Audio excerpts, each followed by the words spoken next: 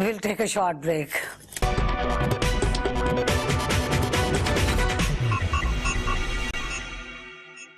And we're back from the break. Okay, so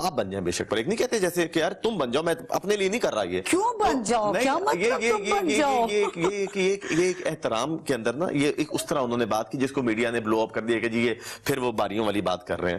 تو مطلب ایک پی ڈی ایم ہے نا، obviously یہ ڈفرنٹ آئیڈیالوجیز ہیں، اور ہم نے نہ کوئی کسی کی آئیڈیالوجی ایکسیپٹ کر لی. ہماری اپنی پارٹی ہے، اپنی جماعت ہے، ہماری اپنی سی سی کی میٹنگ ہے، سی سی کمیٹی ہے، جس کے اوپر ہم جس کے ساتھ ہم مل کے لانگ مارچ بھی فیل ہو گیا، پھر چلے جائیں گے گھر. لانگ مارچ نہیں فیل ہوگا.